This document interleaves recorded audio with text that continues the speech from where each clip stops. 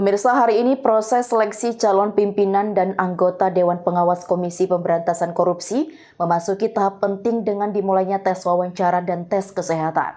Tahap ini merupakan kelanjutan dari seleksi profil asesmen yang telah dilakukan sebelumnya dan diumumkan oleh panitia seleksi pekan lalu. Hari ini proses seleksi calon pimpinan dan anggota Dewan Pengawas Komisi Pemberantasan Korupsi memasuki tahap penting dengan dimulainya tes wawancara dan tes kesehatan. Tahap ini merupakan kelanjutan dari seleksi profil asesmen yang telah dilakukan sebelumnya dan diumumkan oleh panitia seleksi pekan lalu.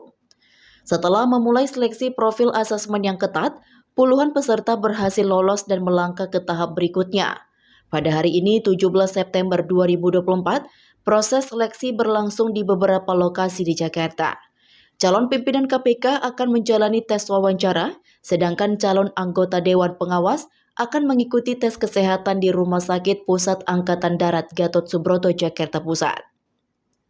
Sebanyak 20 peserta yang lolos dari seleksi profil asesmen akan menghadapi tes wawancara.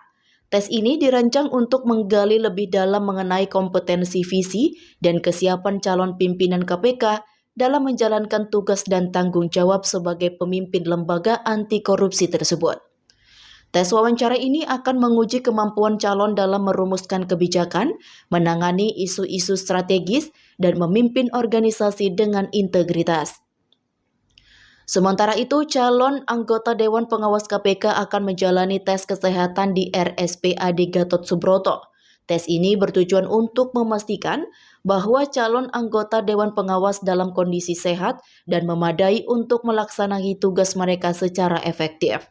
Tes kesehatan meliputi pemeriksaan fisik dan medis yang mendalam untuk memastikan bahwa calon tidak hanya memenuhi kriteria kesehatan yang ditetapkan, tetapi juga memiliki stamina dan kapasitas fisik yang diperlukan.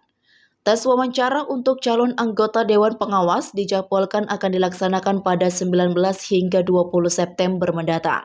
Proses ini merupakan bagian dari rangkaian seleksi yang menyeluruh dan bertujuan untuk memastikan bahwa semua calon memenuhi standar yang tinggi dalam hal integritas, kapasitas, dan kompetensi yang diperlukan untuk posisi tersebut. Semoga semua yang diperiksa sehat. Banyak, ada 10 pemeriksaan darah komplit, tak tahu apa semua ya.